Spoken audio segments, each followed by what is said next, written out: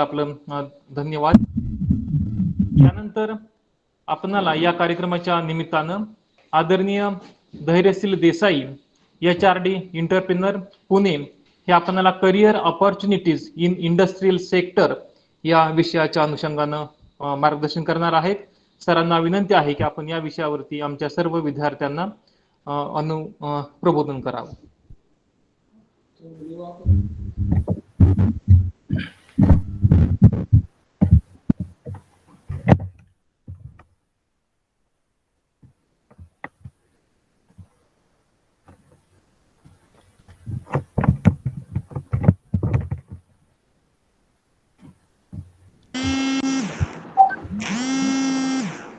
Hello. हा sir, येतोय आवाज येतोय ना? येतोय Yes. Sir. So actually at the outset, I'm very much thankful to Rayat Shikshan Sanstha, their chairman, their secretary, then Mr. Manohar Kadam and his team, and all respectable personalities for giving us this opportunity to present ourselves, exchange our thoughts, express our thoughts, so whatever are there. And this is actually good platform wherein people like us who are working in industries can connect with the students. So we are thankful to Mr. Arvind Mahant and Mr. Vijay Nikam, rather Dr. Vijay Nikam, for expressing their thoughts and views on the given subjects. So as usual, as said, this is a very fantastic opportunities because students and the youth, because today is the International Youth Day. So I, from my side and from my firm, we express our wishes to all the youth, those are present over here for this forum, and wish and express all the best for all the career opportunities they are desiring for or aspiring for to do. So Mr. Manohar Nikam, he has communicated that the considering crowd, the languages can be mixed. So I would be preferring English and Marathi as a language, so that most of the people, I think so,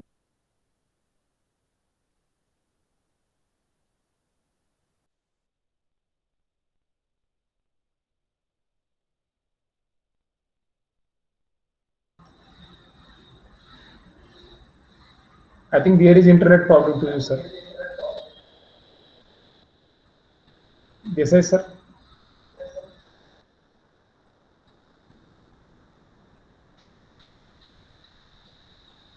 Can you hear my voice, sir? Desai, sir. Yeah, we can go ahead, sir.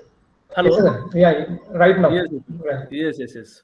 So since we are in this kind of situation wherein we are bound or forced to get connected by this media or platform, so this is bound to happen.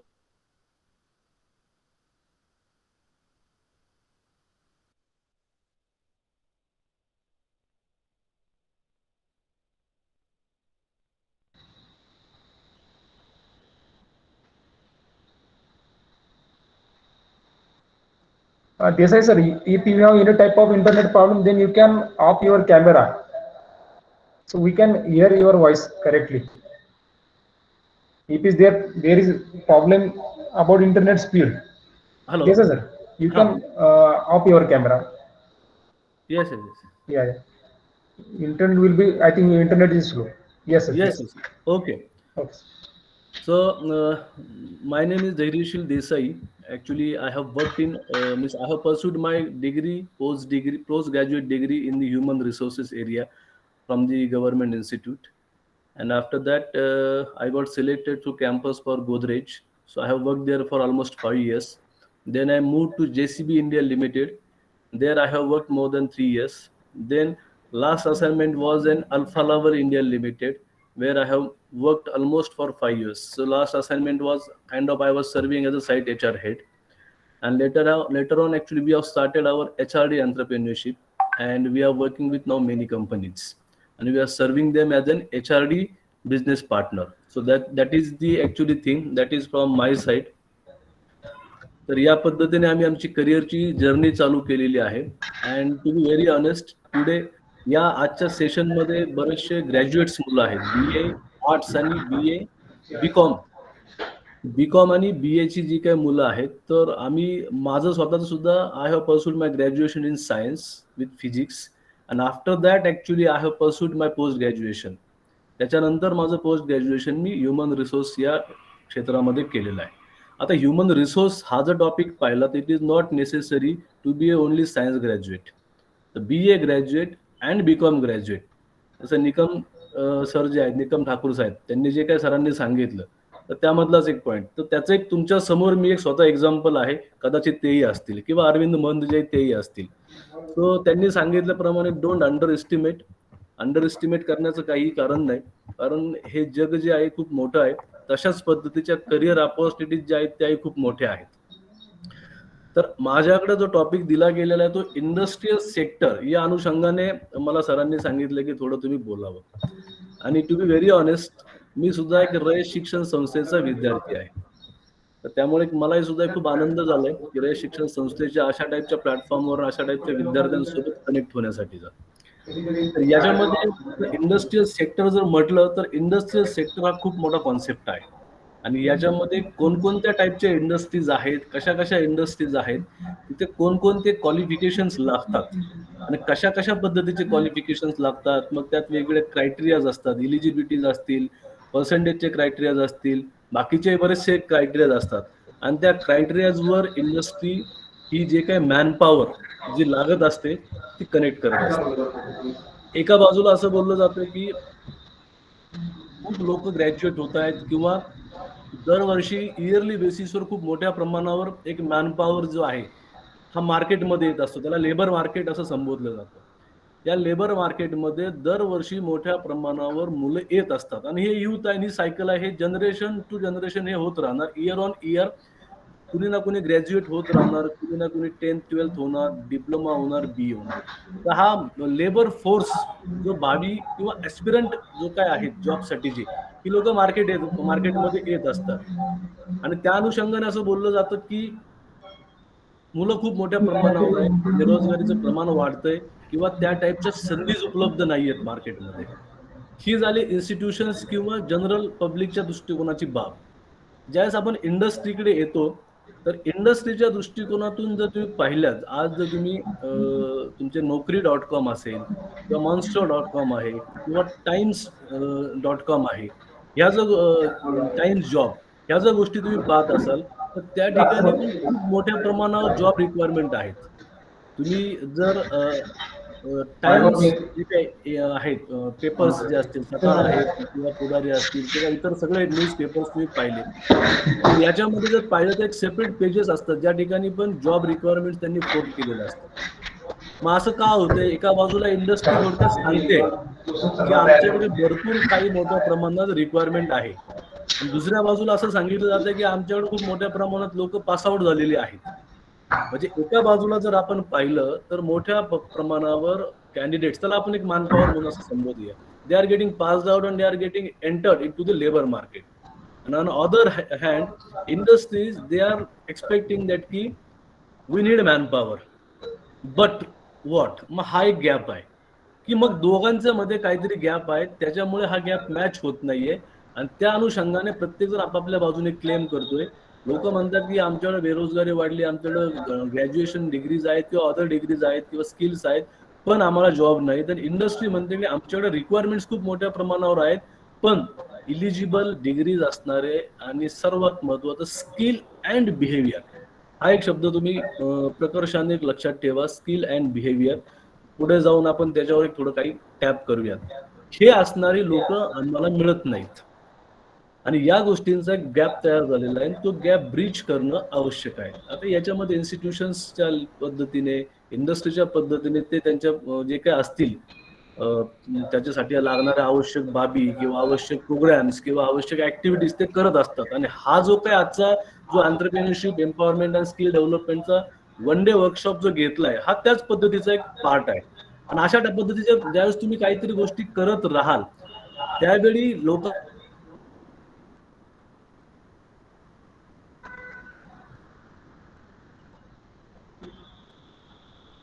जाईल, त्याची intensity वाढवली जाईल, तेवढं ते एकदम खालखालच्या लोकांपर्यंत किंवा rural area किंवा शेवटच्या माणसापर्यंत पोहोचणं सोपं होऊन जाईल. इंडस्ट्री पण इंडस्ट्रीच्या पद्धतीने करत असतं, म्हणजे वेगवेगळ्या न्यूज देणं, ऍड देणं, मार्केटिंग करणं, ब्रँडिंग करणं हे त्यांच्या पद्धतीने करत असतात. कारण त्यांच्याकरता ते चांगलं जे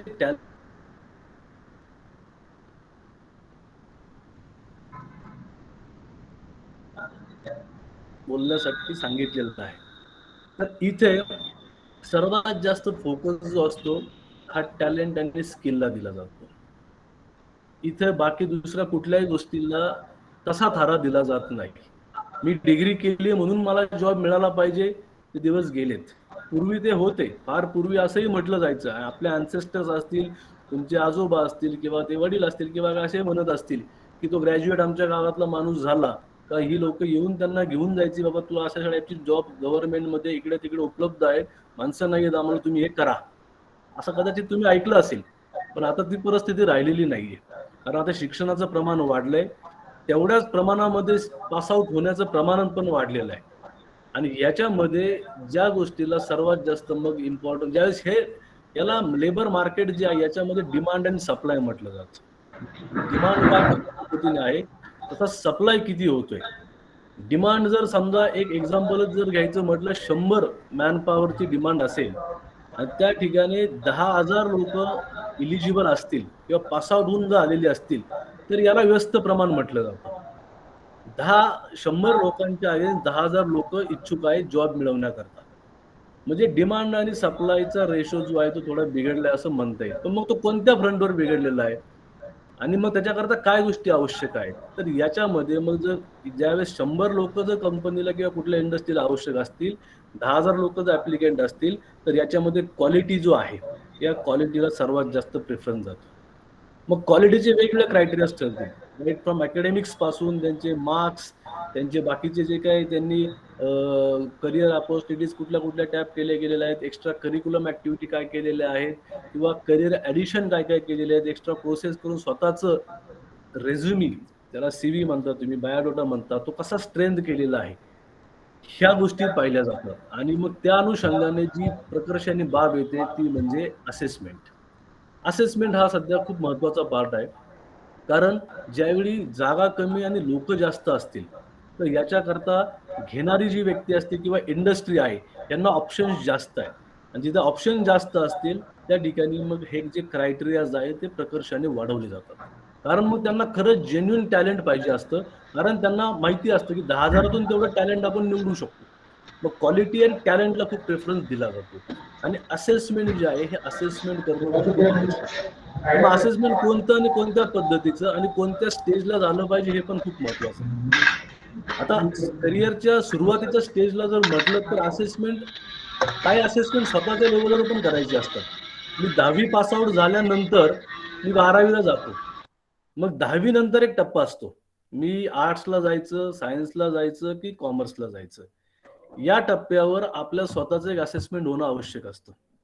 किंवा जर स्वतःमध्ये ती कॅपॅसिटी नसेल किंवा ते वय नसेल किंवा वडिलांची कॅपॅसिटी नाहीये, तर या केसमध्ये आपल्या अवतीभोवती किंवा आपल्या समाजामध्ये किंवा तुमच्यासारख्या शिक्षण संस्थांमध्ये किंवा इतर ठिकाणी अशी काही थोडे जरा जाणकार मंडळी असतात, शिकलेली लोक असतात किंवा वेगळ्या ठिकाणी काम करणारी माणसंही असतात.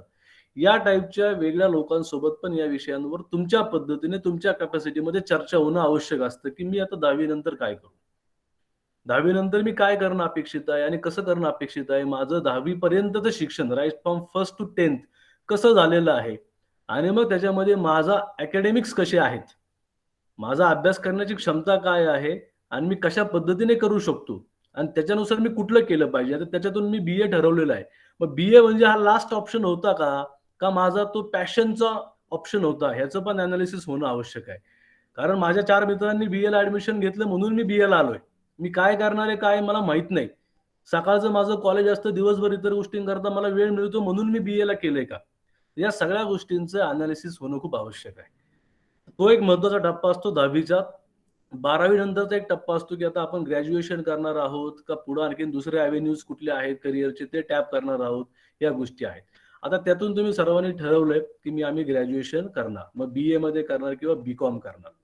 आता BA-BCom करत असताना इथे एक वेगळ्या पद्धतीचं अनालिसिस किंवा असेसमेंट होणं पण आवश्यक आहे. आता तुम्ही ग्रॅज्युएशन जे झालेले आहात तर आणि असेसमेंट मी का म्हणतोय, कारण इंडस्ट्री लेवलला पण त्याच टाईपचे असेसमेंट होत असतात. मग असेसमेंट वेगवेगळे असतील, पर्सनॅलिटी टेस्टिंग असतील, ऍप्टिट्यूड टाईपचे तुमचे असेसमेंट असतील, करिअर इन्क्लिनेशनचे असतील, स्टडी हॅबिटचे ते पाहतात, करिअर इन्क्लिनेशनचे पाहतात, वर्क हॅबिटचे पाहतात. सरांनी मगाशी टॅप केल्यानुसार इमोशनल इंटेलिजन्सचे प्रकार आहेत, EI आहे, TI आहे, असे वेगवेगळ्या ज्या गोष्टी असतात त्या माध्यमातून हे असेसमेंट केले जातात. कारण त्यांना किंवा इंडस्ट्रीला त्या टाईपचं काम डिलिव्हर करू शकणार आहे. मी प्रायव्हेट मगाशीच तुम्हाला मी म्हटलं की प्रायव्हेट इंडस्ट्री, कारण प्रायव्हेट इंडस्ट्री म्हटलं तर इथं रिझल्ट ओरिएंटेशन हे खूप महत्वाचं असतं आणि त्यांना ROI पाहिजे असतो, रिटर्न ऑन इन्व्हेस्टमेंट. जर एक मॅनपॉवरला घेतलं गेलं, त्याला महिन्याला दिला जाणारा पगार, त्याला बाकीच्या दिल्या जाणाऱ्या फॅसिलिटीज किंवा स्टॅच्युटरीज गुणिले 12 म्हणजे वर्षाचं, आणि मग तो किती दिवस आपल्याकडे काम करणार आहे, रिटायरमेंट पर्यंत राहणार आहे का, किंवा किती दिवस काम करणार आहे, मग तेवढा आउटफ्लो त्याला लेबर कॉस्ट समजलं जातं इंडस्ट्रीमध्ये, तो किती होणार आणि त्याच्या अगेन्स्ट मध्ये तो काय ROI देणार कंपनी करता. मग त्याला त्याचं अपेक्स जे काय असेल ते व्हर्जन म्हणजे रिझल्ट असतं की तो आम्हाला काय रिझल्ट देणार, काय व्हॅल्यू ऍडिशन देणार, त्याचा कंपनीला कितपत फायदा होणार. कारण कंपनी जॉब जे देतं तर त्यांचे जे काही फायनान्शियल्स असतील, right from top line, bottom line, turnovers, त्याच्यानंतर त्यांची प्रॉफिट्स असतील, या सगळ्या गोष्टींचा विचार करून त्यांनी ठरवलेलं असतं. मग याच्यामध्ये तुमची व्हॅल्यू काय आणि तुम्ही जे कितपत एक्सेल करणार, तुम्ही कशा पद्धतीने करणार आणि त्यांना ROI काय देणार हे पाहिलं जातं. मी ग्रॅज्युएट झालोय किंवा मी बाकीच्या गोष्टी केल्यात आणि मला जॉब मिळाला पाहिजे म्हणून ते जॉब देणार नाहीत. आणि मला वाटतं तुम्ही ही गोष्ट ऍग्री करा की ऍग्री करायला तुम्हाला काही हे नाही. कारण शेवटी माझ्याकडून त्यांना काय दिलं जाणार कंपनीला त्याच्यानुसार ते माझा पगार ठरवणार आहेत. माझ्याकडे काय कॅपॅसिटीज आहेत, काय कॅपेबिलिटीज आहेत, कोणते स्किल्स आहेत, हे माझे ते रेझ्युमी किंवा इंटरव्ह्यू मध्ये ते ठरवतील किंवा जे काही वेगवेगळ्या त्या रिटन टेस्ट घेतील त्याच्यामध्ये ठरवतील. आणि मग सिलेक्शन, रिक्रुटमेंट आणि सिलेक्शन, हा रिक्रुटमेंटचा पार्ट झाला. आणि सिलेक्शनची ज्यावेळेस तुमची वेळ येते एखाद्या कंपनीमध्ये त्यावेळी या गोष्टी 1 to 1 तुमच्यासोबत डिस्कस केल्या जातात. मग तुमचा पगारही तुमच्यासोबत डिस्कस केला जातो की आमच्याकडे एवढा एवढा पगार आम्ही देऊ शकतो.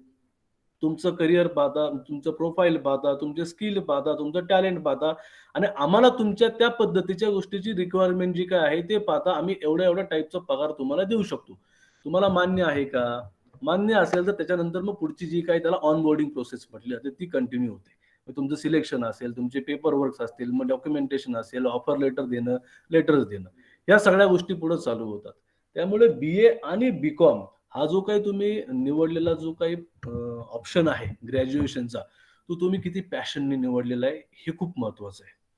तुम्ही, कारण BA करत असताना माझ्या 4 मित्रांनी किंवा आमच्या गावातून एकच ST जाते आणि सर्वजण सकाळी जाणार, मग मी एकटा दुपारी, सायन्सचं कॉलेज दुपारी असतं, मग मी एकटा दुपारी कशाला जाऊ, म्हणून मी यांच्यासोबत जात जाईल, यांच्यासोबत येत राहील. ही अशी एक थोडी रुरल एरियातली एक मानसिकता असते. मग त्या अनुषंगाने म्हणून मी BA घेतलंय, मला खरंच करिअर त्याच्यामध्ये करायचंय म्हणून मी ठरवलंय की BA करायचं. तर हा सर्वात महत्वाचं तुमचं असेसमेंट या ठिकाणी होणं आवश्यक आहे. आणि सेल्फ असेसमेंट बाकीचे कंपनीज करतील किंवा असेसमेंटचे इन्स्टिट्यूशन्स आहेत, त्याच्याही कंपनीज आहेत, बऱ्याच गोष्टी आहेत. सेल्फ असेसमेंट जे आहे ना, हा पार्ट खूप महत्वाचा आहे. कारण त्याच्यावर तुमची पॅशन किती आहे, तुम्ही किती कशा पद्धतीची वर्क डिलिव्हरी देणार आहात आणि कशा पद्धतीचा रिझल्ट आणणार आहात, ह्या गोष्टी सगळ्या त्या पुढे ठरतील. अशी तुमच्याकडे बरीच एक्झाम्पल असतील की केलं एका स्ट्रीम मधलं ग्रॅज्युएशन, पण नंतर दुसऱ्याच स्ट्रीम मधल्या गोष्टींमध्ये त्यांनी स्किल आणि कॉम्पिटन्स आत्मसात करून त्याच्यामध्ये खूप मोठ्या प्रमाणावर सक्सेस जे काय आहे ते त्यांनी मिळवलं. आणि दे आर रेनाउंड पर्सनॅलिटीज नाव, असं आपण म्हणू शकतो. तुम्ही कुरियन नाव पाहिलं असेल, दूध क्रांती जी काय भारतामध्ये केली गेली, हे जे काय कुरियन सर होते, तर हे जे होते यांनी दुधामध्ये केलं. ऍग्रिकल्चर अलाइड बिझनेस तो येतो, पण त्यांची दुधाच्या संदर्भातली त्यांची डिग्रीज नव्हती. त्यांची जी काही होती ती इंजिनिअरिंग मधली डिग्री होती. पण ते असताना सुद्धा ते क्षेत्र सोडून या क्षेत्रामध्ये त्यांनी ते वंडर्स केलेत आणि भारताच्या दूध क्रांतीचे प्रणेते म्हणून त्यांना ओळखलं जातं. आणि आपण ती जी काय आहे ती आपण व्हिजिबिलिटी त्याची पाहतो, कुठपर्यंत कसं कसं गेलेलं, आणि त्यानंतर कित्येक टाईपच्या त्या कंपनीज आल्या, दूध डेअरीज आणि त्या लेवलच्या डेअरीज. ह्याच्यामुळे कोण कुठल्या एका टप्प्यापर्यंत असू शकतं, कारण सुरुवातीला प्रॉपर गायडन्स देणारा किंवा प्रॉपर सांगणारा माणूस मला मिळाला नाही, म्हणून मी त्या टाईपचे जे ऑप्शन समोर आले ते मी करत गेलो, हे सुद्धा होऊ शकतं. पण तुमचं जर खरंच टॅलेंट आहे, इनबॉर्न टॅलेंट आहे, आणि त्याला तुम्हाला नर्चर करण्याला एन्व्हायरमेंट जर मिळालं आणि त्या टॅलेंट त्या पद्धतीने नर्चर जर झालं, you can take it to the next level. You can be a highly successful person. आणि अशी आम्ही कित्येक एक्झाम्पल पाहिलेली आहेत.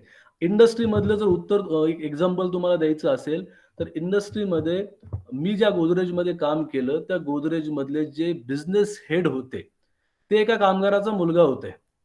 गोदरेजमध्येच कामगार म्हणून त्यांच्या वडिलांनी त्यांची जर्नी चालू केली. गोदरेजच्या शाळेमध्ये हे सुद्धा शिकले. काही वेगवेगळ्या परिस्थितीनुसार त्यांनी सुद्धा ITI केला. ITI केल्यानंतर त्या बेसिसवर इंटर्नशिप करून त्यांनी एका गोदरेज मधल्याच कंपनीमध्ये जॉब मिळवला. नंतर त्यांनी ग्रॅज्युएशन केलं. नंतर त्यांनी डिप्लोमा केला. नंतर त्यांनी BE केलं. हे करत असतानाच आणि त्याच्यासोबत त्यांना लागणारी जी काही पोषक वेगवेगळे स्किल्स आहेत, हे स्किल सुद्धा त्यांनी आत्मसात केले आणि ते रिटायर झाले. त्यावेळी he was serving as a vice president and he was working as a business head of one of the group industries of the Godrej. Godrej सारख्या एवढा मोठा ब्रँड कंपनीचं बिझनेस हेड या लेवलपर्यंत जाणं, त्यांनी करिअर ITI म्हणून चालू केलं. पण एखाद्या कंपनीचं कुठल्याही बिझनेस हेड व्हायचं असेल तर त्याच्याकरता ITI किंवा ग्रॅज्युएशन ही रिक्वायरमेंट नाही. पण त्या एका प्लॅटफॉर्मवर आल्यानंतर त्यांनी स्वतःचे इनबॉर्न स्किल्स आणि नंतर त्यांनी जे काही स्वतः ऍक्सेप्ट करून स्वतःचे रिफर्बिश केलेले स्किल्स या बेसिसवर जे स्वतःची पर्सनॅलिटी, स्वतःचं करिक्युलम, स्वतःचं जे काही प्रेझेंटेबिलिटी आहे डेव्हलप केली, त्यातून he could go up to the business head level. या टाईपची पॅशन आणि झील हा तुमच्यामध्ये असणं खूप आवश्यक आहे. डिग्री कुठली असेल, 12वी झालेला जरी तुम्ही असाल, 10वी जरी झालेला तुम्ही असाल, तरी तुमच्याकडे खूप मोठे अवेन्यूज आहेत इंडस्ट्रीमध्ये. आता मी त्याच टॉपिककडे येतोय. तुम्हाला BA आणि BCom या बेसिसवर तुमच्याकडे कोणकोणत्या गोष्टी इंडस्ट्रीजमध्ये अवेलेबल आहेत, मी मोठी बोलेल. जसं सरांनी खूप डिटेलमध्ये काही गोष्टी सांगितल्या, ह्या सेक्टरमध्ये या कंपनीज, त्या सेक्टरमध्ये त्या कंपनीज, तर मी सेक्टर वाईज सांगेल. ऑटोमोबाईल सेक्टर आहे, इंजिनिअरिंग सेक्टर आहे, फार्मास्युटिकल सेक्टर आहे, ई-कॉमर्स सेक्टर आहे, IT सेक्टर आहे, फूड इंडस्ट्री आहे. अशा वेगवेगळ्या सेक्टर्समध्ये जर तुम्ही काही गोष्टी पाहिल्या, तर कोणकोणत्या गोष्टी अवेलेबल होऊ शकतात ग्रॅज्युएट्स लोकांकरता. तर सरांनी सांगितल्या पद्धतीने येस, MBA, जसं मी तुम्हाला सांगितलं होतं, मी तुमच्या समोर एक एक्झाम्पल आहे जे मी ग्रॅज्युएशन नंतर केलं. BA, BCom किंवा BSc हे ग्रॅज्युएशनच आहे. BA आणि BCom याच्यामध्ये एक थोडा वेगळा फरक आहे. पण MBAचा जर विचार केला गेला आणि त्याच्यातही HR किंवा फायनान्स किंवा सप्लाय चेन मॅनेजमेंटच्या काही गोष्टी पाहिल्या गेल्या, तर BComच्या लोकांना एक ॲडेड ॲडव्हान्टेज मिळू शकतो. कारण BComच्याच 3 वर्षांमध्ये बऱ्यापैकी त्याचा पार्ट त्यांना कव्हर झालेला असतो, मॅनेजमेंट असेल किंवा त्याच्या बाकीच्या गोष्टींच्या. आता BA जर आपण टिपिकली पाहिलं, तर BAचा आणि जी काही इंडस्ट्री आहे, टेक्निकल किंवा तत्सम टाईपची इंडस्ट्री, तसा अर्थार्थी संबंध येत नाही. म्हणून BA जर तुम्ही पाहिलं तर मग तुमच्याकरता वेगळे अव्हेन्यूज पण तसे खूप ओपन असतात. गव्हर्नमेंट लेवलला असतील, टीचिंग फील्ड संदर्भातील असतील किंवा बाकीच्या फील्डमधले असतील, तर तसे असतात. पण आजकाल BA लोकांना सुद्धा प्रायव्हेट इंडस्ट्रीज, टेक्निकल फील्डमध्ये पण खूप मोठ्या प्रमाणावर काही वेगळे अव्हेन्यूज ओपन होत आहेत. आणि ते आता कसे होत आहेत, तर एक पाहिलं तुम्ही, BAचा जो कोणी माणूस आहे आणि BComचा, हे लोक MBA करू शकतात. आणि MBA मध्ये खूप वेगवेगळे आहेत. सप्लाय चेन मॅनेजमेंट पासून परचेस मॅनेजमेंट असतील, तुमचे ह्युमन रिसोर्सेस असेल, इंटरनॅशनल बिझनेस मॅनेजमेंट असतील, असेस मॅनेजमेंट, असे खूप वेगवेगळ्या टाईपच्या गोष्टी आहेत. अगेन या ठिकाणी सेल्फ असेसमेंट होणं खूप आवश्यक आहे.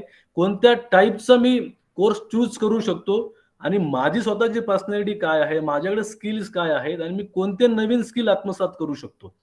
याच्यामध्ये आजकाल कम्युनिकेशन जे आहेत याला खूप महत्व आहे, याला खूप इम्फसाइज दिला जातो. इंग्लिश ही language world wide common language म्हणून कन्सिडर केली गेलेली आहे. आणि त्याच बेसिसवर जो FDI होतो, फॉरेन डायरेक्ट इन्व्हेस्टमेंट, जी काही भारतामध्ये होते, तर ती कन्सिडर करून त्याचा महत्वाचा तो एक दुवा आहे. वर्ल्ड बँकेच्या थ्रू ज्या इन्व्हेस्टमेंट ज्या रूट होत असतात, त्यावेळेस या भारत देशामध्ये स्किलिंग इकोसिस्टीम काय आहे, कोणकोणत्या लँग्वेज प्रेफर केल्या गेलेल्या आहेत, मल्टी लँग्वेज इथं आहेत का, इंग्लिश लँग्वेजचं इथं इम्पॉर्टन्स किती आहे, कारण ही जागतिक कम्युनिकेशनची लँग्वेज म्हणून आता ती डायरेक्ट इनडायरेक्ट पद्धतीने ऍक्सेप्ट केली गेली आहे. मग त्या टाईपचे स्किल्स कसे अवेलेबल आहेत, अशा आणि बाकीच्या फॉरेन पॉलिसीज, इंडस्ट्रियल पॉलिसीज सगळ्या कन्सिडर करून ती येत असतात. त्यामुळे कम्युनिकेशन मध्ये इंग्लिश लँग्वेजला हे एम्फसिस दिलं जातं. आता तुम्ही म्हणाल की आम्ही रुरल एरियातले जर असू तर आमचं इंग्लिश कसं असणार, आणि काही लोक कॉन्व्हेंट स्कूल पासून आहेत म्हणून त्यांचं इंग्लिश चांगलं असेल. तर हा थोडा आपला एक भ्रम आहे किंवा एक चुकीचा गैरसमज सुद्धा आहे. रुरल एरियातून आलेले खूप चांगली लोक ज्यांनी इंग्लिशवर खूप चांगल्या पद्धतीने कमांड मिळवलं, अशी भरपूर लोक इंडस्ट्रीमध्ये आहेत. Right from doctor Narendra Jadhav, एवढ्या मोठ्या पद्धतीवर एवढ्या मोठ्या स्केलवर तो माणूस जाऊ शकला. इंडियाला सुद्धा त्यांनी वेगवेगळ्या प्लॅटफॉर्मवर, जागतिक प्लॅटफॉर्मवर रिप्रेझेंट केलं. हे तर खूप मोठं एक्झाम्पल झालं. त्याच्यानंतर आपले डॉक्टर एपीजे अब्दुल कलाम हे सुद्धा रुरल एरियामधूनच आलेले व्यक्ती आहेत. प्लस पॉलिटिकल असतील, इंडस्ट्रियल असतील, कित्येक लोक आहेत जे रुरल एरियामधून आलेले आहेत, ज्या लोकांनी या सगळ्या लँग्वेजवर प्रभुत्व आणि कमांड मिळवलं. त्याच्याच करता मी मगाशीच तुम्हाला सांगितलं, तुमच्या स्वतःचं असेसमेंट करणं खूप आवश्यक आहे. स्वतःच्या कॅपॅसिटीज, कॅपॅबिलिटीज, स्किल्स या गोष्टी तुम्ही स्वतः अंडरस्टँड करणं खूप आवश्यक आहे. किंवा तशा टाईपच्या एन्व्हायरमेंटमध्ये जाऊन त्याही चेक करून घेणं आणि त्या बेसिसवर मी काय डेव्हलप करू शकतो, ह्याच्याकरता तुमचं झील आणि पॅशन काय, ह्या गोष्टी खूप महत्वाच्या आहेत. तुम्ही बीकॉम या MBA सारख्या गोष्टी ज्या आहेत त्या टॅप करू शकता. त्याच्यामध्ये मॅन्युफॅक्चरिंग इंडस्ट्री पासून जे काही मगाशी मी सगळे सेक्टर सांगितले, या सगळ्या सेक्टर्समध्ये हे सगळे MBA चे कोर्सेस चालतात. बीकॉमच्या लोकांकरता CA, CS, ICS, ICAW असे भरपूर काही फायनान्शियल मॅनेजमेंटचे बरेचसे अव्हेन्यूज उपलब्ध आहेत. ते सगळे इंडस्ट्रियल कोर्सेस, इंडस्ट्रियल एरियाजमध्ये त्या सगळ्यांचं इम्प्लिमेंटेशन होतं. मग कुठलीही इंडस्ट्री असू देत, फायनान्स डिपार्टमेंट हे असतंच असतं. कुठली इंडस्ट्री असू द्या, त्या ठिकाणी ह्युमन रिसोर्सेस डिपार्टमेंट असतंच असतं, परचेस असतं आणि तुमचं लॉजिस्टिक्स असतं. तर या सगळ्यांमध्ये हे कोर्सेस चालतात आणि या सगळ्यांचे कोर्सेस हे ग्रॅज्युएशन नंतरच आहेत. मग तुम्ही स्वतःला अंडरस्टँड करून या टाईपच्या कोर्सेसला स्वतःला ऑप्ट करू शकता आणि त्यांच्या थ्रू इंडस्ट्रीमध्ये तुम्ही एंट्री मिळवू शकता. हा याच्यामागचा एक मोठी आणि सर्वमान्य असणारा MBA हा एक प्रकार आहे. दुसरा प्रकार जो आहे हा ग्रॅज्युएट्सची जी काही लोक असतील, तर या काही लोक IT सेक्टर्समध्ये जर तुम्ही पाहिलं तर LPO आहेत, KPO आहेत, BPO आहेत आणि मगाशी सांगितल्यानुसार काय IT कंपनीज आहेत, ज्या ठिकाणी ग्रॅज्युएट ही एक पात्रता ठेवलेली असते. पण त्याच्या बरोबरच तुम्ही ITच्या संदर्भातील काय काय आणखीन वेगवेगळे स्किल्स, सर्टिफिकेशन, कोर्सेस आत्मसात केलेले आहेत, तर ते तुम्हाला पाहावं लागेल. डेटा मॅनेजमेंट असेल, प्रोडक्ट मॅनेजमेंट असतील, त्या संदर्भातल्या कुठल्या गोष्टी आहेत. तर ITचे कोणकोणते सर्टिफिकेट बॅकएंडला असतील, हार्डवेअर मधील असतील, फ्रंट एंडचे असतील, असे काही कोर्सेसचे you can just Google it. तुम्ही पाहिलं तर खूप मोठ्या कोर्सेसची त्याच्यामध्ये लिस्ट येते आणि याच्यामधले कोर्सेस तुम्ही प्रेफर करून त्या IT इंडस्ट्रीमध्ये सुद्धा तुमचे ग्रॅज्युएशन BCom आणि BS झालेले, तर तुम्ही तिथे एंट्री घेऊ शकता.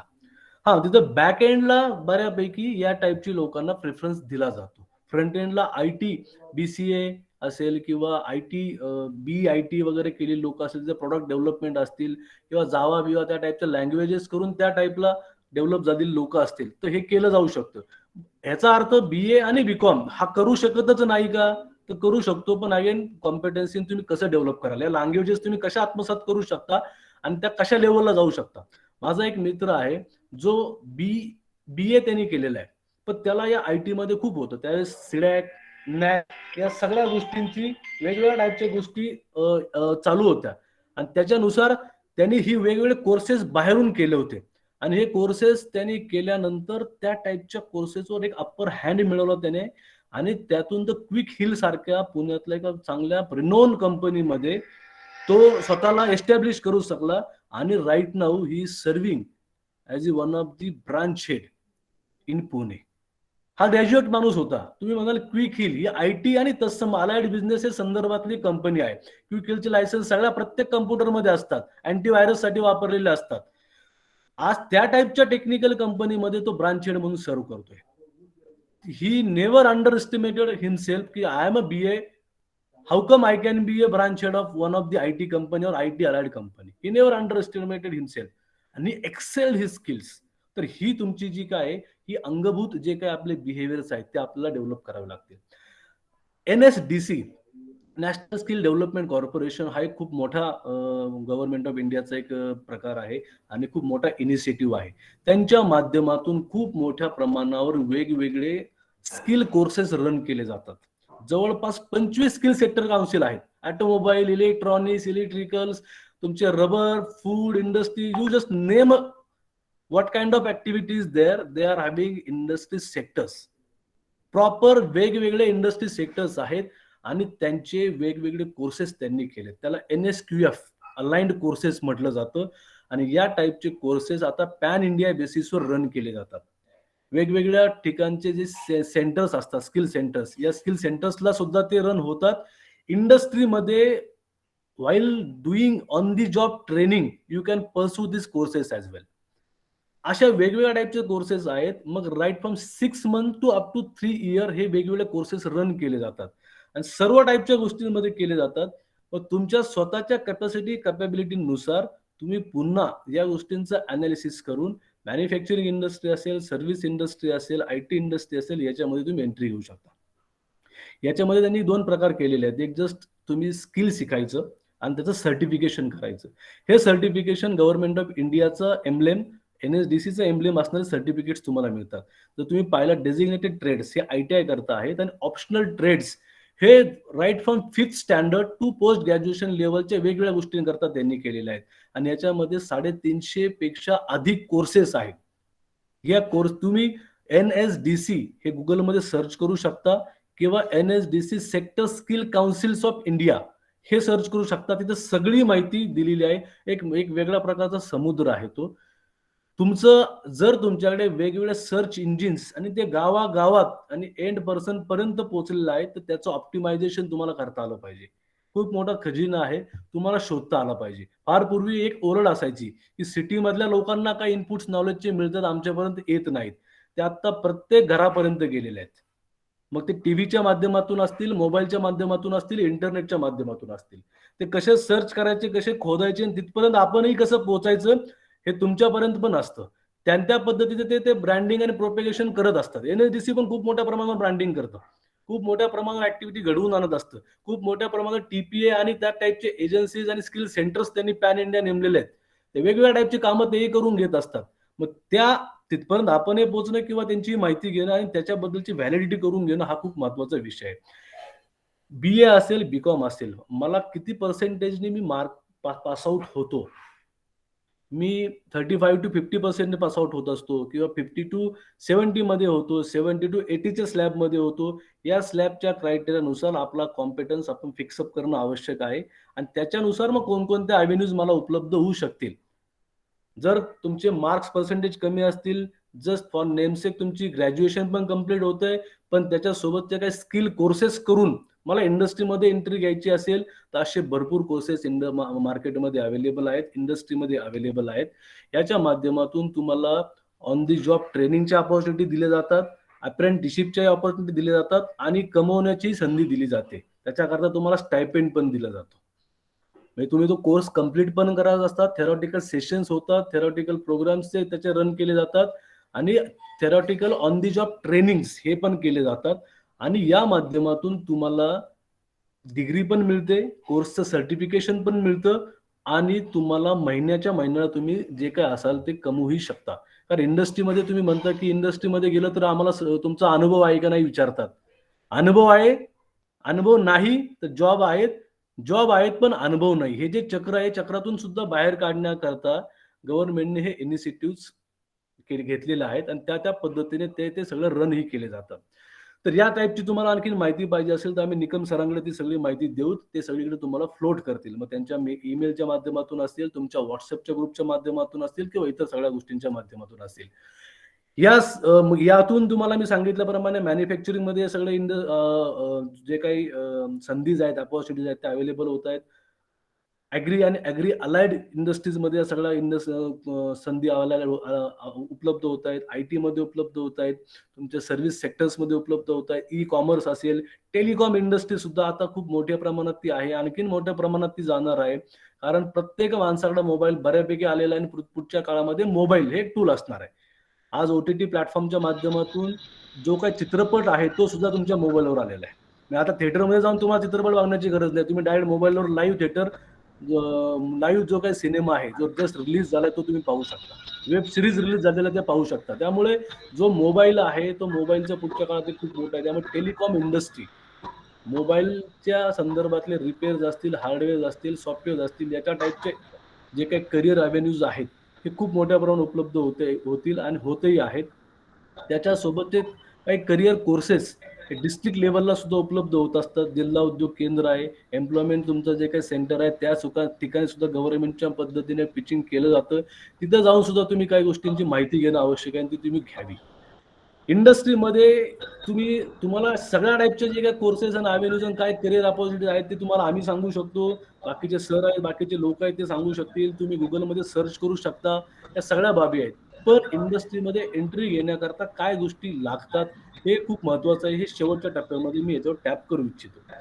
याच्यामध्ये काही स्किल्स जे आहेत, इंडस्ट्री काय बघते? फक्त ग्रॅज्युएट झालाय, बीई झालाय, ITI झालाय, डिप्लोमा झालाय, या गोष्टी इंडस्ट्री बघत नाही. इंडस्ट्री बघत असते त्या मुलामध्ये काय पोटेन्शियल्स आहेत, त्याचे स्किलची बेअर मिनिमम रिक्वायरमेंट जी आहे ती तर पाहिलीच जाते. त्याच्यामध्ये असणारे पोटेन्शियल्स, त्याच्यामध्ये असणारे नवीन नवीन गोष्टी शिकण्याची जी काही त्याची इच्छा आहे ती कशी आहे, त्याची पॅशन ती कशी आहे, तो स्वतःला त्या पद्धतीने करतोय का, डायव्हर्सिफिकेशन त्यांनी स्किल्सचं केलेलं आहे का. कारण येणारा काळ हा मल्टी टास्किंग आणि मल्टी स्किलिंगचा असणार आहे. एकच शिक्षण मी घेतलं आणि मी थांबलो, तो फार पूर्वीचा काळ होता. आता तुम्हाला तुमचे जे काही स्किल्स आहेत ते अपडेट करावे लागतील. त्याच्याकरता तुम्हाला वेगवेगळे एज्युकेशन, स्किल बेस्ड एज्युकेशन हे घेत राहावे लागणार आहे. आणि त्याच्या वेगवेगळ्या संधीज गव्हर्नमेंटने प्रायव्हेट सेक्टर्सनी पिच करायला चालू केलेलं आहे. आता तिथपर्यंत पोहोचणं, त्या माहिती सर्च करून घेणं, गव्हर्नमेंटचे वेगवेगळे जे काही प्रोग्राम्स आहेत त्याच्यापर्यंत आपण जाणं, ह्या ज्या गोष्टी आहेत त्या तुमच्यापर्यंत आहेत. तर आता दारापर्यंत नोकरी घेऊन कोणीच येणार नाही. Desai sir. तुम्हाला त्या गोष्टींपर्यंत पोहोचावं लागणार आहे आणि त्या माध्यमातून डेव्हलप करावं लागणार आहे. Desai sir. Yes. I am interrupting you. Sorry. But online platform we have time limit, please sir. Yes. Do consider. Just how much time is left out? I think within 5 minutes. Okay, ठीक आहे. Because So, course in session last- will be started. Yes, in last session, I will be emphasizing on what are the Thank you. bare requirement and maximum requirements for industry. Industry काय म्हणते की we don't need that kind of skilled people, but we need the people with skills, they are having high level of behavior. आणि behaviour जर तुम्ही म्हटलात तर हा खूप मोठा एरिया आहे. मग याच्यामध्ये तुमचे कम्युनिकेशन स्किल्स असतील, तुमचे ऍप्टिट्यूड असतील, तुमचे ऍटिट्यूड असतील, तुमचं रिझल्ट ओरिएंटेशन असेल, तुम्ही कशा पद्धतीने काम करू शकता, कसं काम देऊ शकता. आता हा खूप मोठा कॉन्सेप्ट आहे ऍक्च्युली, पण जस्ट एक 5 मिनिटांमध्ये काही गोष्टींवर मी टॅप करतोय. तर या सगळ्या गोष्टी, तुमचं जर बिहेवियर प्रॉपर नसेल पण त्या माणसाकडे खूप चांगले मार्क्स त्यांनी पाडलेले आहेत, खूप मोठ्या पद्धतीचे स्किल्स आहेत, अशा टाईपच्या लोकांना सुद्धा इंडस्ट्रीमध्ये एंट्री मिळत नाही किंवा कोणत्याही संस्थेमध्ये एंट्री मिळत नाही. कारण अशा टाईप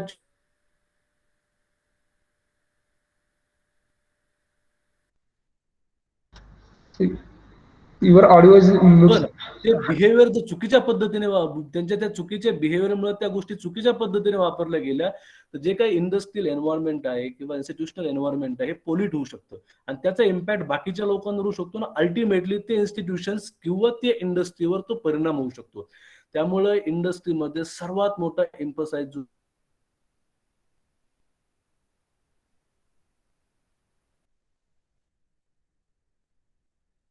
एरियामधून येता का तुम्ही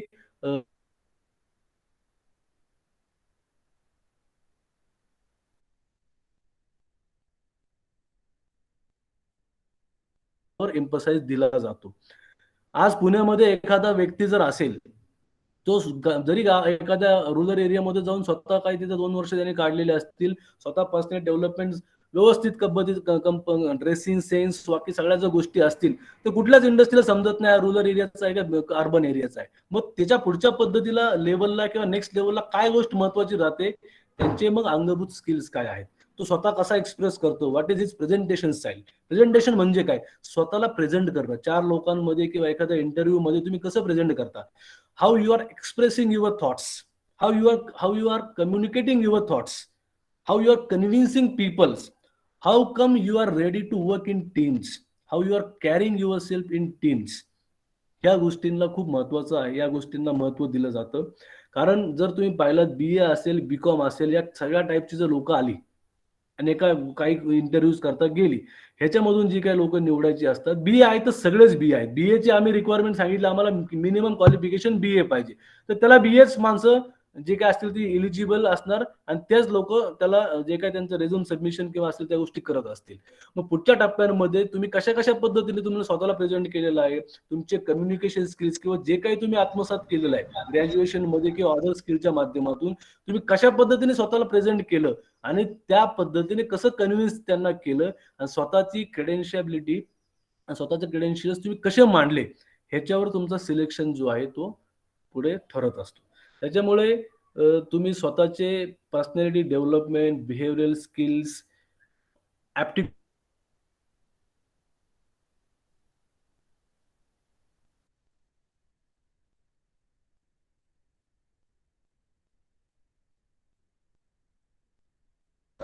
Sir, you are not audible, sir. Desai, sir. Desai, sir.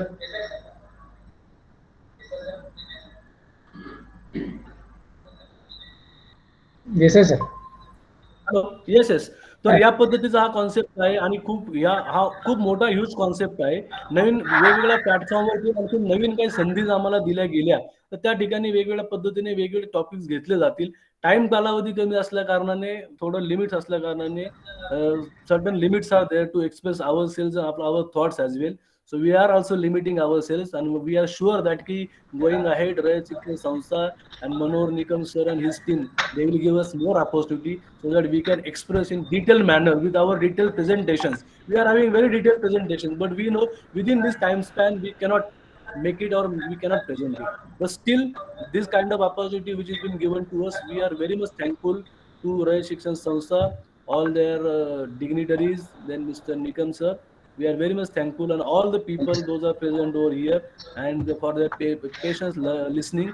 We are thankful to you and once again at the ending note. धन्यवाद सर. औद्योगिक क्षेत्रातील करिअरच्या संधी या विषयाच्या अनुषंगाने आपण अतिशय बहुमोल असं मार्गदर्शन केलं. यानंतर शेवटच्या सत्रामध्ये आदरणीय इलियास जोसेफ आपणाला डिजिटल मार्केटिंग आणि सेलिंग स्किल्स या विषयाच्या अनुषंगानं मार्गदर्शन करणार आहेत. सरांना विनंती आहे की आपण आमच्या विद्यार्थ्यांना मार्गदर्शन करावं. So good afternoon everyone. सगळ्यांना नमस्कार. माझं नाव सर, हा स्क्रीन प्रेझेंटिंग स्टॉप होऊ शकतं का?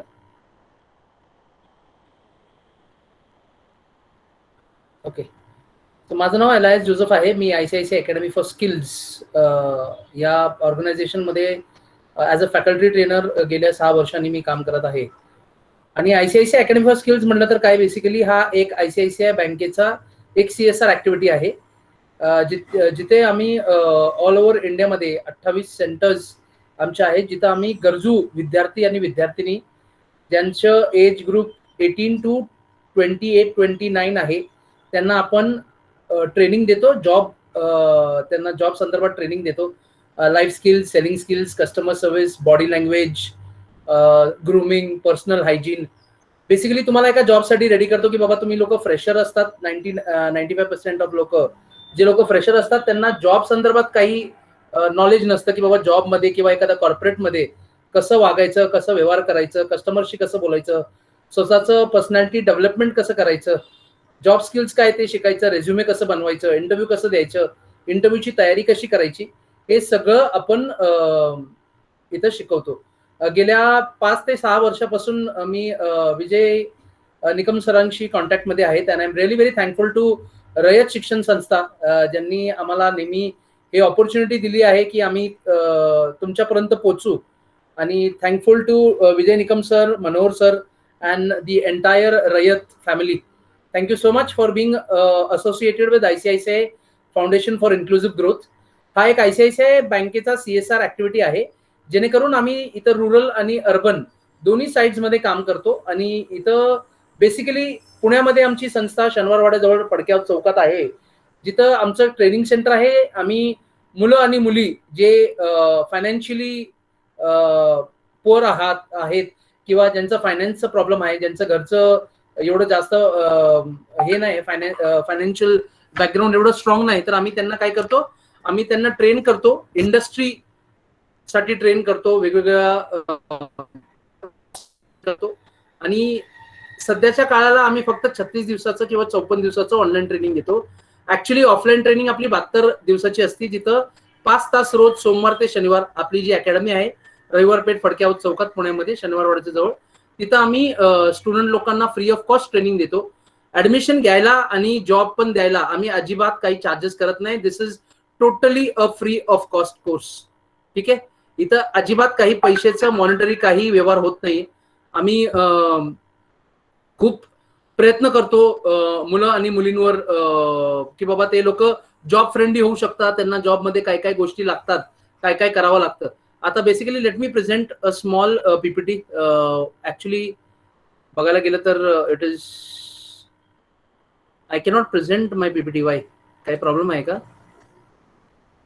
So it's okay, I just tell you की 2 मॉड्यूल्स आहेत. एक 36 दिवसाचं मॉड्यूल आहे आणि बेसिकली हे जे जॉब्स आम्ही प्रोव्हाइड करतो हे पुण्यामध्येच असतात. तर तुम्हाला पुण्यामध्ये येऊन ट्रेनिंग घेऊन आणि मग इथं जॉबसाठी तुम्ही इंटरव्ह्यूला जाता आणि मग तुम्हाला जॉब लागतो. ठीक आहे, आम्ही तुम्हाला 100% जॉबची प्लेसमेंटची असिस्टन्स देतो.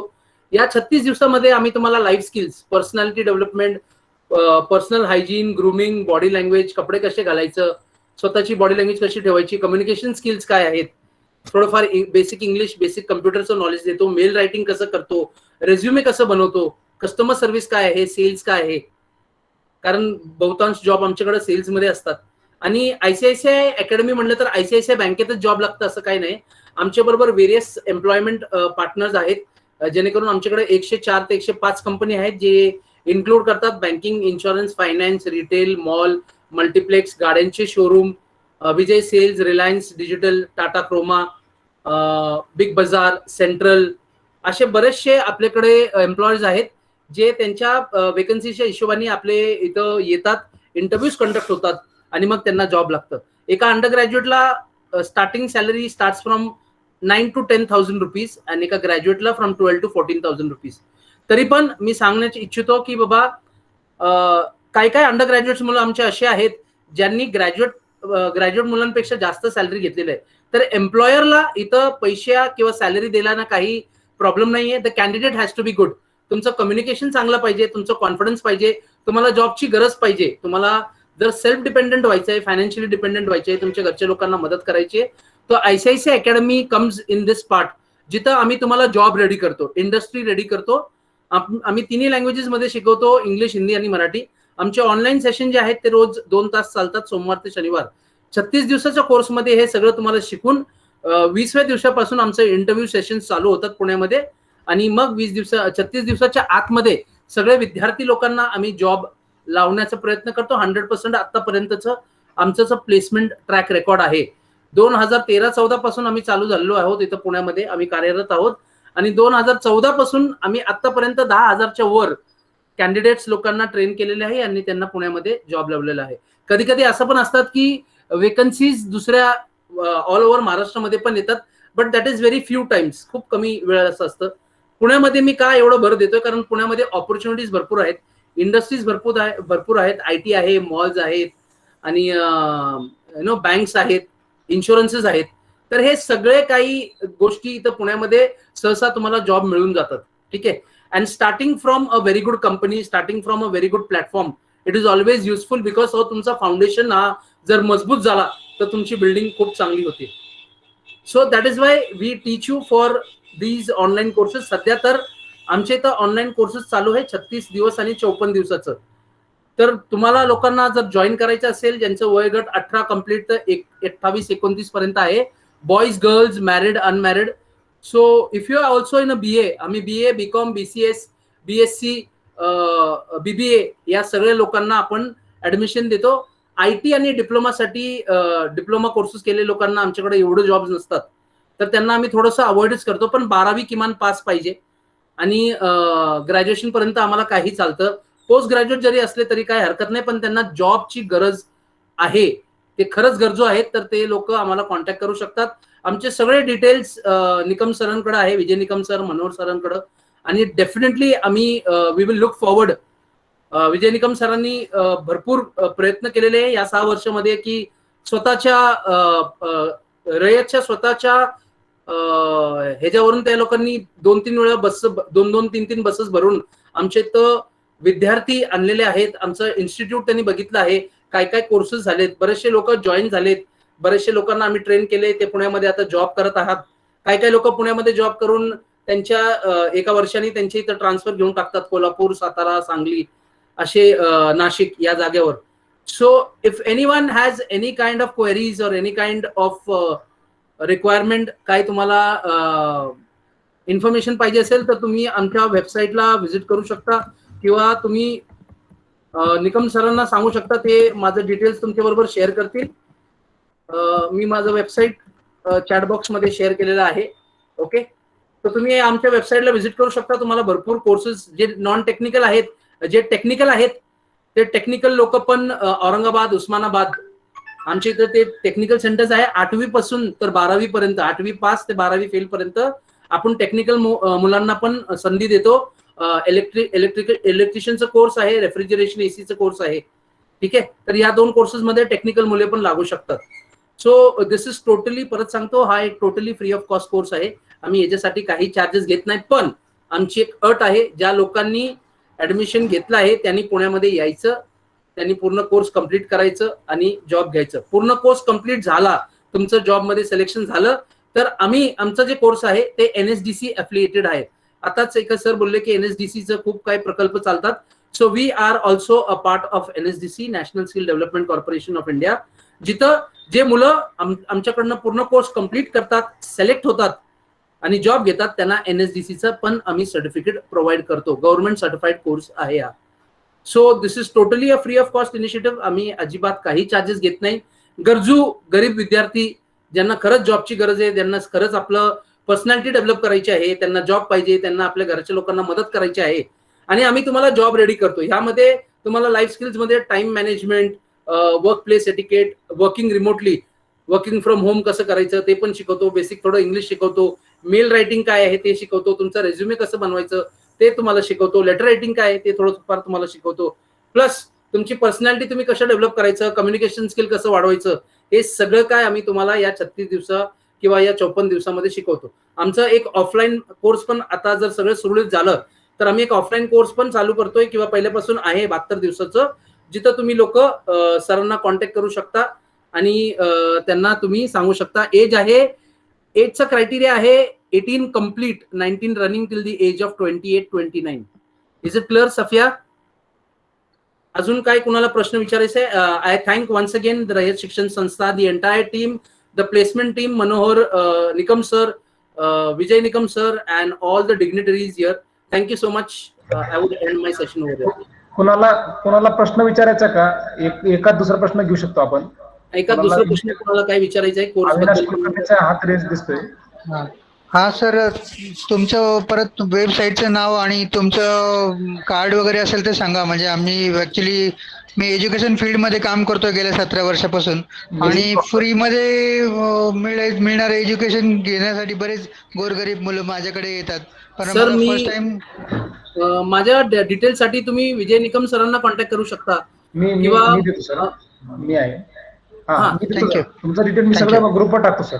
फोन नंबर तुमचा, वेबसाईट मी ग्रुपवर टाकून देईल. No problem. हो, माझे 2 नंबर आहेत सर, एक व्हॉट्सअप नंबर आणि एक कॉलिंग नंबर आहे, दोन्ही पण आहेत. जवळजवळ 2 नंबर माझ्याकडे आहे. हो हो हो. ठीक आहे. अजून thank you. Okay, thank you Joseph sir, जबरदस्त, छान. Thank you so much. इन्फॉर्मेशन थोडा टाइम होता, त्या टाइम मध्ये मला वाटतं मी सगळं काही डिटेल्स दिलेले आहेत. Little but nice sir. Thank you so much. Very good information which was given by you sir. Thanks. Thank you so much. धन्यवाद सर. डिजिटल मार्केटिंग आणि सेलिंग स्किल या अनुषंगाने आपण मार्गदर्शन केलं त्याबद्दल. सकाळपासून आपण वेगवेगळ्या सत्रामध्ये अत्यंत महत्त्वाच्या विषयांवरती वेगवेगळ्या साधन व्यक्तींच्याकडून माहिती जाणून घेतलेली आहे. या ऑनलाईन राष्ट्रीय कार्यशाळेच्या अनुषंगानं आमच्या महाविद्यालयाचे उपप्राचार्य आदरणीय डॉक्टर रामराजे माने देशमुख सर या कार्यक्रमाचे अध्यक्ष म्हणून आपलं मनोगत व्यक्त करत आहेत. त्यांना विनंती आहे की आपण आपल्या सर्व विद्यार्थ्यांना मार्गदर्शन करावं. नमस्कार.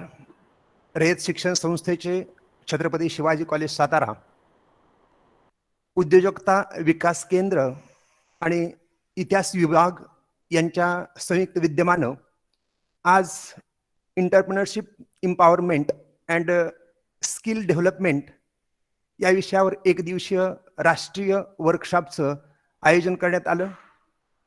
या कार्यक्रमाचे उद्घाटक महाविद्यालयाचे प्राचार्य आणि रयत शिक्षण संस्थेचे सचिव विठ्ठल शिवणकर साहेब, आजच्या या दिवसभराच्या सत्रातील विविध मार्गदर्शक माननीय अरविंद महंत, व्हाईस प्रिन्सिपल डॉक्टर विजय निकम सर, माननीय धैर्यशील देसाई आणि आत्ताच आपणाला मार्गदर्शन केलं ते LS जोसेफ सर, महाविद्यालयाचे उपप्राचार्य आणि IQSCचे चेअरमन अर्थशास्त्र विभागाचे प्रमुख डॉक्टर अनिल वावरे सर, महाविद्यालयाचे दुसरे उपप्राचार्य इंग्रजी विभागाच्या प्रमुख डॉक्टर रोशनारा शेख मॅडम, इतिहास विभागाचे प्रमुख आमचे मित्र डॉक्टर धनाजी मासाळ सर, उद्योजकता विकास केंद्राचे प्रमुख आमचे मार्गदर्शक आणि हस्त्र बोलतं व्यक्तिमत्व डॉक्टर मनोहर निकम सर, आपल्याकडे नवीन जॉईन झालेले डॉक्टर कुंभार सर, डॉक्टर विकास शलमार सर, ज्याच्या नावामध्येच महादेव आहे ते महादेव शिंदे सर, डॉक्टर दत्तात्रय कोरडे सर, विविध महाविद्यालयामधून या वर्कशॉपसाठी उपस्थित राहिलेले सर्व प्राध्यापक, सहकारी बंधू भगिनी आणि विद्यार्थी मित्रमैत्रिणी, अध्यक्षीय मनोगत आणि सांगता समारंभ यासाठी मी आयोजित उपस्थित राहिलेलो आहे. खरं तर महंत सरांनी आणि सर्वांनीच अत्यंत चांगल्या प्रकारचं मार्गदर्शन केलं. अरविंद महंत यांनी संवाद कौशल्य कसं असावं याविषयी अत्यंत चांगल्या प्रकारे, डोळ्यांचे हावभाव, केसांची रचना, तुमचा पेहराव कसा असावा याविषयी अत्यंत चांगल्या प्रकारचं मार्गदर्शन केलं. याशिवाय व्यवसायात काय संधी आहेत, तुमची गुणकौशल्य काय आहेत याविषयी व्हाईस प्रिन्सिपल विजय निकम सर यांनी आपल्याला अत्यंत चांगलं मार्गदर्शन केलं आणि त्यांनी आपला माणूस पाठीमागे का पडतोय याची वेगवेगळ्या प्रकारची 23 कारणं आपल्याला सांगितली. या कारणांचा जरी आपण अभ्यास केला तर आपण एक अत्यंत चांगल्या प्रकारचं उद्योजक व्यावसायिक बनू शकतो असं मला वाटतं. याशिवाय व्यवसायातील वेगवेगळ्या प्रकारच्या संधी आहेत, ह्या संधी कशा आपल्याला उपलब्ध होतात याचं धैर्यशील देसाईंनी अत्यंत चांगल्या प्रकारचे मार्गदर्शन केलं. आणि LS जोसेफ सरांनी आत्ताच डिजिटल मार्केटिंग आणि विक्री कौशल्य आपल्याला कशा प्रकारे लाभतं याविषयी आपल्याला अत्यंत चांगल्या प्रकारचं मार्गदर्शन केलं. म्हणजे हे मार्गदर्शन आपल्या दृष्टिकोनातून एक महत्वाचं, मी फक्त एकच उदाहरण तुम्हाला देणार आहे की हेल एरॉल्ड हा एक जगप्रसिद्ध व्यक्तिमत्व असणार आणि प्रचंड यशस्वी असा उद्योजक होत आहे. आणि एका शारीरिक विकलांग त्याला अपघात झाला आणि त्या विकलांगामुळं त्याला तो हा उद्योग त्याला सोडावा लागला किंवा त्याचा बिझनेस हा महामंदीत गेला. आणि 2008ची जी महामंदी आली त्या महामंदीच्या कालखंडामध्ये अब्जाधीश माणूस कर्जबाजारी झाला. तुम्हाला नाव ऐकून असेल, हेल एरॉल्ड म्हणून त्याचं नाव आहे. आणि मग तो एका यशस्वी मित्राकडे गेला आणि यशस्वी मित्राला त्याने सांगितलं की असं माझे महामंदीच्या कालखंडामध्ये नुकसान झालं आणि मी अब्जाधीशावरून पाक सगळं गेलेलं आहे, रोडपती झालो. आणि म्हणून त्याने एकच सल्ला दिला. सल्ला किती महत्वाचा आहे बघा, तू फक्त तू सकाळी लवकर उठ, एवढाच त्याला सल्ला दिला. आणि मग हेला प्रश्न पडला की अरे मी यशस्वी मित्राकडे आलो आणि मला त्यानं काय सांगितलं, फक्त लवकर उठ हा सल्ला दिला. आणि मग लवकर उठून करायचं काय हा एक सगळ्यात महत्वाचा प्रश्न हेलनं विचार केला की लवकर उठून करायचं काय. तर त्याने लवकर उठून करायचं काय, त्याने 6 महत्वाचे घटक विचारात घेतले. सेव्हर्स, काय करायचं सकाळी, यस म्हणजे सकाळी सायलेन्स, आपण सकाळी ध्यान करायचं, स्वतःची चेतना स्वतः जागवायची, हेला काय सांगितलं बघा. त्यानंतर ए म्हणजे ॲफर्मेशन्स, म्हणजे सकारात्मक स्वयंसूचना. आपल्या मनानं आपल्याला जर स्वयंसूचना स्वतः अत्यंत चांगल्या दिल्या तर आपल्याला अत्यंत चांगल्या प्रकारे जीवन जगता येतं. त्यानंतर व्हिज्युअलाइज, चांगल्या कल्पना मनात घोळवणं. आपले मन जेवढं चांगलं असतंय तेवढं आपले वेगवेगळे व्यवसाय किंवा आपलं काम अत्यंत चांगल्या प्रकारे होतं. मनच तुमचं अत्यंत चांगलं पाहिजे. आपण असं म्हणतो की मन चिंती तर वैरण चिंती. आमच्या बहिणाबाईने सुद्धा सांगितलंय, मन वडाळ वडाळ उभ्या पिकातलं ढोर. म्हणजे तुमचं मन अत्यंत चांगलं असणं आवश्यक आहे. मनामध्ये तुम्ही जर चांगल्या कल्पना घोळवल्या, एखादा बिझनेस मी सुरू करणार आहे, त्या बिझनेसमध्ये मला यश मिळालं असं जर तुमच्या मनामध्ये तुम्ही घोळत राहिला तर तुम्हाला यश नक्की मिळत जाणार. याशिवाय त्याने सांगितलं एक्सरसाइज, तुम्हाला व्यायाम करणं अत्यंत महत्वाचं आहे. कारण शरीराला जर आळसाची सावली पडली तर त्यामुळे तुमचं मन भ्रमिष्ट होऊन जातं. म्हणून तुम्ही आळसाला पळून लावणं हा एक अत्यंत महत्वाचा घटक आहे. म्हणून तुम्ही व्यायाम करणं हा महत्वाचा घटक आहे. याशिवाय तुम्ही रीडिंग करणं महत्वाचं आहे. तुमचं वाचन असणं अत्यंत महत्वाचं आहे. पुस्तक वाचणारी जी माणसं आहेत ती माणसं एका आयुष्यामध्ये अनेक आयुष्य जगतात. सरांनी सुद्धा आपल्याला अत्यंत चांगल्या प्रकारे मार्गदर्शन केलं. वाचनाबद्दल, गुणकौशल्य किंवा संवाद कौशल्याबद्दल अत्यंत चांगल्या प्रकारे मार्गदर्शन केलं. त्यांनी त्याच्यामध्ये सुद्धा सांगितलं की तुमचं वाचन असणं अत्यंत आवश्यक आहे आणि वाचनाबरोबर तुमचं स्क्रबिंग असणं अत्यंत आवश्यक आहे. म्हणजे तुमचं लिहिणं ही अत्यंत आवश्यक आहे, कारण लिहिण्यामुळं तुमची तुमच्याशी नव्यानं भेट होते आणि उठल्यावर आपल्याला दिवसभर काय करायचंय हे जर तुम्ही अगोदर लिहून ठेवलं तर तुमचं मन मोकळं राहतं, तुमच्या मनावरचं ओझं कमी होतं आणि ते काम तुम्ही अत्यंत चांगल्या प्रकारे करू शकता. आणि ह्या ज्या 6 सवयी आहेत, ह्या 6 सवयी जर तुम्ही व्यवस्थित जर अंगी बाळगल्या तर तुमचं आयुष्य बदलून टाकतात. काही जण ह्या सवयी 21 दिवस अंमलात आणतात, काही जण 90 दिवस अंमलात आणतात. पण जी माणसं ह्या तुमच्या सगळ्या सवयी आहेत, हे सवयी जर तुम्ही जास्तीत जास्त कालखंडामध्ये पर्यंत तुमच्या अंमलात आणल्या तर त्याचा तुमच्या शरीरावर अत्यंत चांगल्या प्रकारे परिणाम झालेला दिसून येतो आणि या सवयी अत्यंत महत्वाच्या आढळतात. एकदा उद्योजक जे रतन टाटा आहेत, हे रतन टाटा लंडनमध्ये व्याख्यानासाठी गेले होते आणि ज्यावेळेस ते लंडनमध्ये व्याख्यानासाठी गेले त्यावेळेस त्यांनी व्याख्यानामध्ये काही ट्रिप्स दिल्या. तिने काय सांगितलं की तुम्ही श्रीमंत होण्यासाठी तुमच्या मुलांना कधी शिकवू नका, त्यांना आनंदी राहण्यासाठी शिकवा की ज्यामुळं मोठं झाल्यावर त्यांना वस्तूचं महत्व आणि मूल्य कळेल, किंमत नाही. किती महत्वाचा उपदेश त्याने केला बघा. याशिवाय त्याने तिथं सांगितलं की तुमचं जे जेवण आहे ते तुम्ही औषध समजून घ्या, नाहीतर भविष्य कालखंडामध्ये असं होईल की तुम्हाला औषधच जेवण म्हणून घ्यावं लागेल. हा एक महत्वाचा सल्ला. तुम्हाला या उद्योगामध्ये जर एकटं चालायचं असेल तर तुम्ही भरभर चालू शकता आणि जर खूप दूरवर जायचं असेल तर तुम्ही एकत्र चला, कारण एकत्र गेला तर त्याचा सर्वात जास्त फायदा होतो. आणि त्यांनी पुन्हा सांगितलं ह्या उद्योजकामध्ये तुमचे जगातले जे सगळे चांगले डॉक्टर आहेत, आयुष्याच्या दृष्टिकोनातून आपणाला जे बदल घडवायचे आहेत, हे चांगले डॉक्टर त्यांनी सांगितले की 6 महत्वाचे डॉक्टर आहेत. तुमचा सूर्यप्रकाश आहे, विश्रांती आहे, व्यायाम आहे, योग्य आहार आहे, तुमच्यामध्ये आत्मविश्वास असणं अत्यंत महत्वाचा आहे आणि सगळ्यात शेवटचा महत्वाचा डॉक्टर आहे तो म्हणजे मित्र. आपल्या आयुष्यात एखादा तरी असा मित्र तुमच्या असणं अत्यंत आवश्यक आहे की तो मित्र तुम्हाला वेगवेगळ्या गोष्टीमध्ये सर्वात चांगला सल्ला देईल. आपल्या आई वडिलांच्या पेक्षा, आपल्या गुरूंच्या पेक्षा आपला मित्र हा एक अत्यंत चांगला आपला हितचिंतक असतो की तो आपल्याला वेगवेगळ्या गोष्टींची कल्पना देतो किंवा वेगवेगळ्या गोष्टींची माहिती देतो. आपण सगळेच प्रवासी आहे, आपल्या सगळ्यांचा मुक्काम हा ठरलेला आहे आणि हा मुक्काम आपण आनंदात एक सहल म्हणूनच जगलं तर आपल्याला खरंच